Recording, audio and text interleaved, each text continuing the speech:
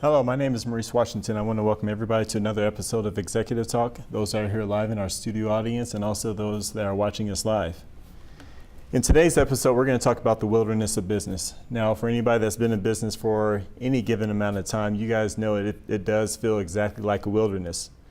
Sometimes you feel like you have a great pathway and it's straight, and then all of a sudden you see all these trees and branches in your way and you have no clue what happened. Then you're all of a sudden you're trying to find this path again. So in this particular conversation, I want you guys to do me a favor, just relax for a minute and take you guys on the journey in order to make this particular show make sense. More than likely, we're going to turn this show into a series, so I just want to introduce that to those who are watching and people that are here. So let's go ahead and get started. So first of all, what we need to know is that the wilderness has always been with us, but there's always been a factor to move us through it. So we didn't actually have to feel what it's like to be in the wilderness. Let's talk about the cycle first and foremost, the cycle of life. And this is the wilderness cycle. And I'll associate everything in a few seconds here. But obviously everybody's been through a cycle where, and I, of course, fast forward at birth, you got your teenage years, you have your adult, and then you work. And then typically at this point, you're probably owning your own business at this particular time. So this is the cycle. Each part of this cycle has a significant reason why it affects your business ownership right now, and this is why we call it the wilderness cycle. So think about it, birth to the age of 13. So 0 to 9 months, okay, this is when you're in your mother's womb. It's the most significant time frame of your entire life. The reason why? The most development has occurred. The reason why, whatever age you are right now, without that development, without those codes that was inserted in you at that time from 0 to 9 months, your 38, 40 would not be what it is. Everything significant happened at that 0 to 9 months. But we'll go ahead and relate that back here later on. So remember that point. So as soon as you're born into the wilderness. But your immediate covering, the fact that you have parents. Okay, so you're born into the wilderness, but in order to help you get through the wilderness, you have parents. So I'm going to fast forward that particular time frame and take you to 9 years old. Now, not a lot of people can remember themselves at 9 years old, but I'm sure you've seen a couple of 9-year-olds run around. But have you ever been in a conversation with a 9-year-old, they're watching TV, and they see a movie that's coming out in the next few months, and it's PG-13. And what's the typical parent statement? Well, because you're not 13, you're not old enough yet, we'll go ahead and we'll take you at that time, but you're not old enough to see that movie. So at 9 years old, you're kind of bummed out. You're associating life with, well, I'm too young to do what I want. So what happens to your life at that particular time? Now, you have your 10th birthday, 11th birthday, 12th birthday, 13th birthday. Of course, you're excited about the presents. But what are you most excited about? The fact that you have new opportunities and that you can do what you wanted to do at that particular time. Nobody can say no to you anymore.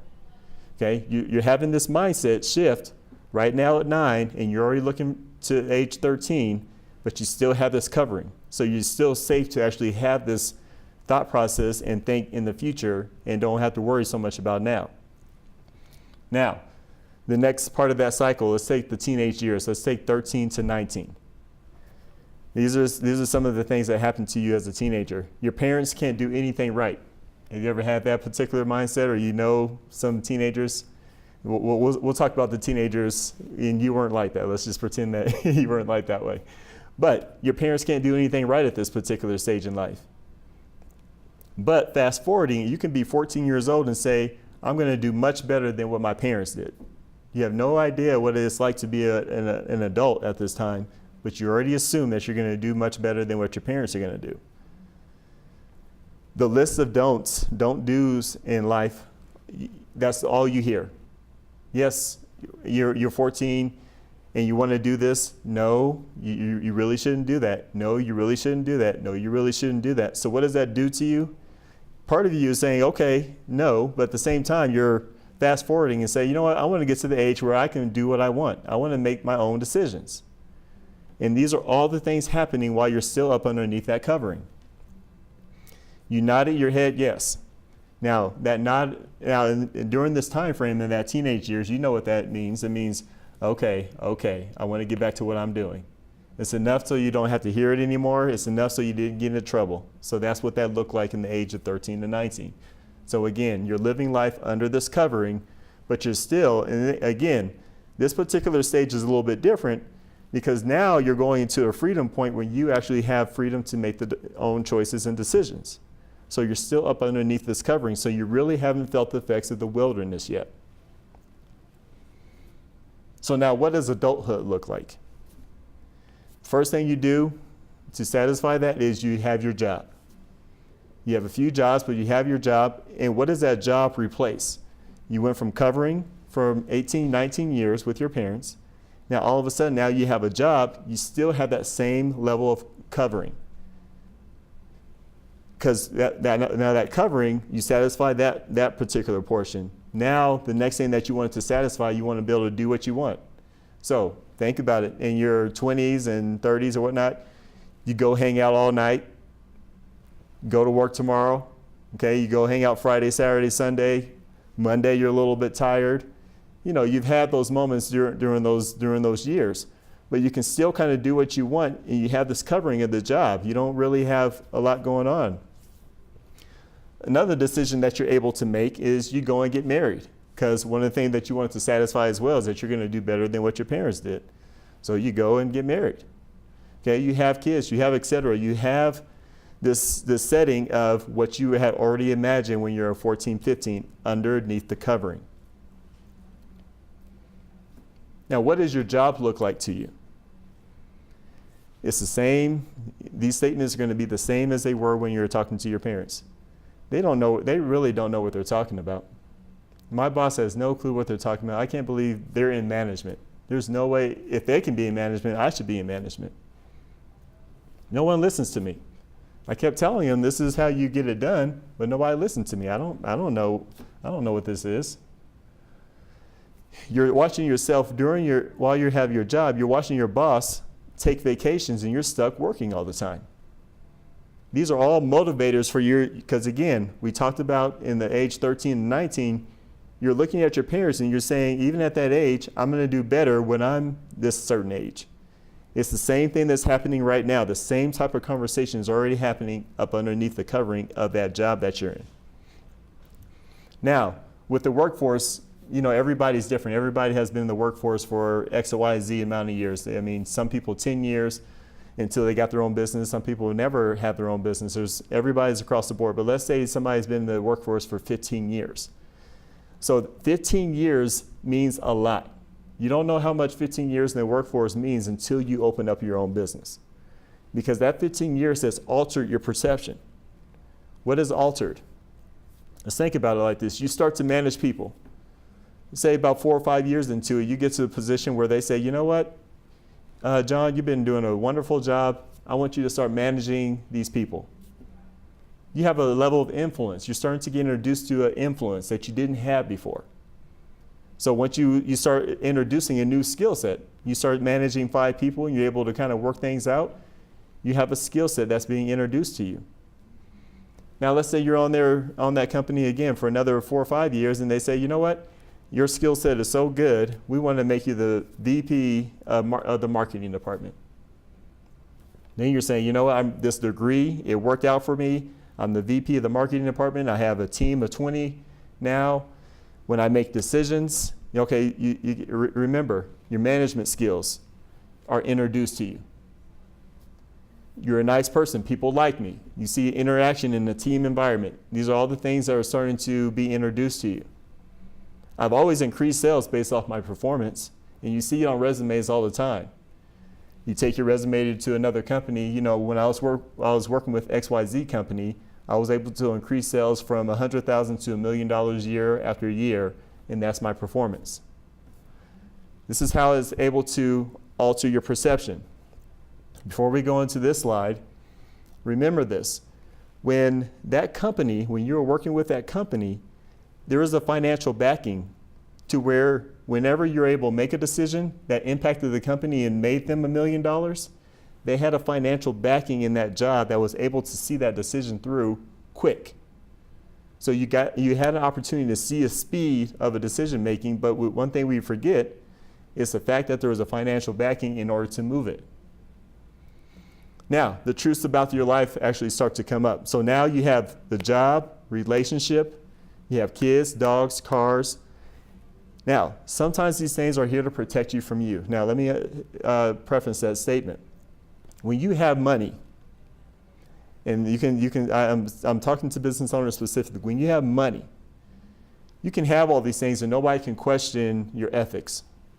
Nobody can question how you do things or why you do things. It's amazing what money can do and what people won't ask you if you have money. Okay, so you have this great environment. You have the perfect white picket fence. You got the nice house. Nobody's going to question your environment based on what they see and based on the perception. You don't even have to question you. Your spouse, your kids, nobody will question you if you have this money, this source that's going on right there. You don't even have to question yourself and what's going on within inside when you have money. That's the key thing about this. So now that you've taken this scenario, you've seen yourself work, you've seen yourself through all these years, and you finally say, again, in that scenario, what we have presented before is that you saw that your company, the people in your company don't know what they're doing and you know better. So this is how, again, another entrance into the wilderness. But the difference is, this is kind of like the last frontier here, because no longer are parents there, no longer is a job there. Now all your creativity is now just you. This is your business. You have officially entered into the wilderness arena. This is when life is totally different. And this is the time that business owners and people really start to go kind of crazy. Because you didn't know, because again, in this particular scenario over here, when you have the money, when you have the job, nobody questions you. But this is the first introduction to yourself. You will find out how you react. You will find out that things are a little different. You will find out what it means to be rejected. You will find out all those things. This is your first introduction to yourself. This is also where the most development is going to happen. The same time of birth, when from 0 to 9 months, when you're trying to, you're trying to come into this world, that same impact of that birth, which made you today, this is kind of a rebirth time frame for you. This is when the most development is going to happen, but nobody really actually sees it as development because, again, you're introduced to yourself at this particular point. You have noticed that you're experiencing things that you never experienced before. If you've been in business for any time, you've had some conversations with some people, you've had some meetings, you maybe have a client right now you've experienced some things that it's just driving you crazy. A lot of you is trying to say, I can't believe this is truly possible. So you are experiencing things in the wilderness that you were privy not to have to deal with when you're working in that job. Now, what will be exposed in the wilderness? Your decision-making skills. Okay, remember we alluded to that earlier. It's one thing to make a decision when there's a financial backing behind you and you can put $100,000 to a decision and put the marketing, put it on TV, put it on the radio, put it all over the place and see that decision bring in 100 clients over the next three months and to see it add and multiply. That's one particular type of decision. But when your decision making is different, when you have $1,000 in the bank and you have to depend on, well, Joe over here said he'll come to the meeting and Susie over here said that she wants to participate, but she's really unsure, don't know yet. And all these things, you're trying to piece this together. And you see that this one decision is taking a year just to move through because you actually have to move a whole bunch of people through all at the same time. So your decisions are different in the wilderness. Your reaction when you don't have money becomes very apparent. It's one thing to have money in the bank and then have a deal not go through. But when you have no money in the bank and that deal doesn't go through on Monday, there's a reaction that can set people back for a day, 2, 3 days and make you think, maybe I should put this whole business ownership, maybe it's just a dream. I have no clue, but I need to figure out something quick. It will send you into a panic mode. when there's truth right there. There's something that needs to be learned and determined at that particular time. But again, your reaction is the first thing that you need to see. And this is, again, the introduction to yourself. Your fears. There's one thing to have fears when you have a covering. But it's different when you have fears. So fears of public speaking. Fear of public speaking actually costs you money when you have your own business, when you're in the wilderness. It may cost you $2,000, $3,000. Everything that your business needs is in your public speaking, but because of the fear of public speaking, it costs you everything. Judgments. It's one thing, again, to experience personal judgments. In the marketplace, it can be a little different, where some people will like you, some people in the marketplace will judge. Why would anybody do that business? I mean, that's creative and everything, but why would you even, how do you make money? Are you sure you're going to wait until 4 months from now to launch that business? Are you serious? You experience judgments, and it goes against the grain as to how you feel and what you think. And sometimes you find yourself making a pressing decision based on somebody else's judgments. Okay, how you run your life. If you love to just burn the midnight oil, consume a whole bunch of stuff, okay, I'll go over here, I'll go run on the weekends, and I'll come here, and then this is your pattern of life. It will all be in there, okay? You'll get irritated because business owners want something that you say that you can do, but your life is so busy that it's hard to do it, so you'll get irritated over something that you asked for. This is part of the wilderness that we need to all pay attention to. Rejection. It's one thing to get rejection when you have financial sources behind you. When you don't, rejection is a whole different emotional experience. Value issues. You never really know. Nobody wants to go walk around and say, yes, Dr. Phil, I have some value issues. Can you please help me through? Nobody wants to say that they have some issues. Nobody wants to say I have some challenges, some value things that are happening to me. But this stuff, let me show you the manifestation of it. The negative reactions, if you don't pay attention to these key factors. If they are apparent, they are key factors, and they have to be dealt with because they will show up in your business. Okay, it's one thing to do it in your personal life, and again, you have this scenario over here and you're working for a company, but now you're a business, if you don't deal with these, your business will start to attack you. Because all these negative things that you're putting into the business unknowingly are going into your business because they're unfiltered. They have no choice. If you've seen yourself in kind of disturbing behavior in other areas, of course they're going to go in this area, and this is your business, it's your passion. So what that relates to is your passion is going to start to beat you up. So think about it. All these emotions start to manifest into your business. You start comparing yourselves to other business owners. This is one of the first emotions that you start to do. Well, you may be, I don't know, you can be a hairstylist and compare yourself to a real estate agent from a financial perspective. Well, they're doing good. I mean, the market should be good. I mean, everybody's making money. Why am I not making money? Two different arenas, two different time frames, two different set of directions. But this is the first reaction. We start to look outwardly, try to figure out what's happening out there, because the wilderness is very lonely. You start to increase the speed to satisfy the vulnerability. You never know how vulnerable you are until, again, you're into this wilderness when you don't have money for maybe a week or 2 or 3, and you have to figure out how you're going to pay bills, tell everybody that you have money, and not feel like you're the broke one around the corner. Okay? It's kind of like having a friend where, you assume that everybody has a car. And you say, hey, come over to my house tomorrow. I don't have a car. You'll get that reaction. That reaction is, I assume everybody has. So it's the same assumption that nobody wants to be the one without money. They don't want to be the ones that don't have anything. Typically, these negative reactions, you'll start to experience more pain than business. Each client that you get seems to actually beat you up more than you going forward with the direction that you're trying to send your clients.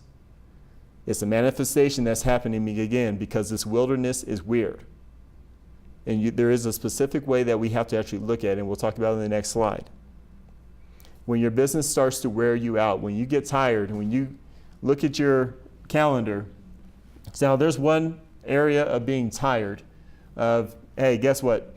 I would do well if I had that extra hour today. That would work out so I can get some things done. There's that type of worn out. Everybody needs to take a break. But there's also that worn out, which is the bad part of it, which says, I don't want to see that client. I don't want to deal with that right now. Okay? That means your business is starting to attack you. You don't need that in your own specific business, so we really got to pay attention to that. Now, what are the benefits of the wilderness? The way that we need to see these opportunities, we need to see number one as opportunities. But what are the opportunities? In order to actually put in the right word, they're tests. Let me show you how the tests work. You go to a client, they ask you to do something more than what you're able to offer. That is a test right there in the middle of that conversation. You have two options: to sacrifice and go the next level that you're not able to offer that you know you may not be able to deliver. Now, in the back of your mind, I'll call a couple people, maybe I'll figure it out. But again, that's the point right there. Are you going to stay in truth? And that truth is yourself. If you're able to stay in truth and not compromise, which is the next slide here, or the next bullet point, you're on your way. Now, it may happen again, but that's just to fine-tune the test. Then the third time, guess what? You will pass the test. You'll say, you know what, you're right, I shouldn't have asked for that. Let's go ahead and go forward with what you have going on. But that is your first experience right now. It's a value thing. Do you value yourself enough to say, this is what I can offer, this is what I can do, this is what I can deliver, that's it. And compromise the fact that you may not get that client. But guess what? Not getting that client, what happens? Maybe that client wasn't supposed to be yours in the first place, but because you may have missed the test, you compromised, felt the sting, and guess what? It will happen again. The test will continue until you get it right. That's just how life goes in the wilderness. Now, you may not be rich in currency. You may not be able to go to the bank account and clarify and say, yes, I am wealthy. However, you're wealthy in spirit. When you become wealthy in spirit, you have no choice but to start leading the way. People will be attracted to it nonetheless, just because they know the safety and the fact that you dealt with yourself. You won't push yourself too far. You're not going to overextend them. You're going to be right in integrity. That's what the wilderness does. It puts you in a place of integrity. It fine-tunes everything. Wilderness can be 2-3 years. But guess what? Which type of the 2-3 years do you want? Because there's a lot of business owners. I'm sure a lot of business owners have seen people have taken off, but they're unhappy. Inevitably, that business got ruined somehow because, again, they wanted to escape the vulnerability part, the testing, the fine-tuning. No longer are you scared to be different. See, sometimes in business ownership, your friends and family, they know you from a particular place and time. They know you based on the fact that you worked and, you're just a good egg and you're just cool. That's what they know you from. Now, all of a sudden, you try to be different and try to open up your own business. Are your friends sometimes that accepting? Not really. Sometimes they are. Maybe they seem they are. But when you notice that your friends are no longer there, now you start to notice that I'm different. Something is happening that's changed within us in our relationship. Are you scared to actually continue on the path that you're going? Because the most easiest path is to, oh, friends, hey, I'm sorry, I didn't mean to leave you. That wasn't the reason why. Okay, sometimes your path is starting to change because you're headed towards a different where you're supposed to be in life. Just on a personal note, your name will become the new standard. In the industry, when I sit down and have a lot of one-to-ones, I've noticed that people say, you know what, there's a lot of people in my industry who don't realize this is how it should work. This is why we should be doing what we do for people that we serve. I hear that a lot. But who's willing to compromise for the money or compromise for that new standard and how that industry should be. This fine tuning, this wilderness will help you, because again, think about it. If you're down here and you don't have a lot of money, you don't have a lot of resources, you don't have a lot of clients, and you're struggling with the day-to-day with them, would you like to have $1 million? You're at the pinnacle and have that type of interaction towards you and not be prepared? It will kick your butt. There's nothing that will bring you down faster than being up here and not being ready for it. You've seen it over and over again, and we've had examples in various industries over and over again. So the opportunity is fine-tune, be the turtle. Be the turtle. Yes, you're going to be slower. Yes, the hair is going to run around you 12 times. But guess what? By the time you get up here, the hare is tired and the turtle always wins. And that's what the wilderness is for. Take a look at everything. Take a look at your business strategy. Take a look. Are you going to be organized quarterly? People love organized people because guess what? They're going to get it done. And it's going to be organized and it's going to look good. That's how that works. So my final thoughts with this conversation is don't be afraid of the wilderness. The wilderness is specific for you. The fear is specifically the vulnerability. It's not the wilderness.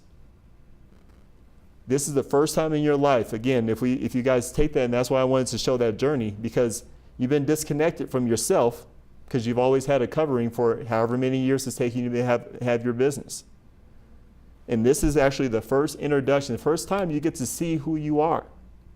First time, nobody's telling you all of your statements, all of what you have is here right now. You have an opportunity to see how well you do at decision making, et cetera, et cetera. This is the best opportunity that you had in your whole entire life. This is actually what's called a rebirth. This is rebirth. This is when you get to identify who you are and make a name for yourself. So that's my final thoughts for that. I hope that helps anybody that's in the wilderness right now and struggling and trying to figure out what's going on and on the verge of compromising something that they shouldn't compromise. Get back to the basics and just say no and work.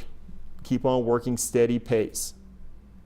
Your pipeline, your calendar, everything else matters when you're in this vulnerability because it will keep you mainstream.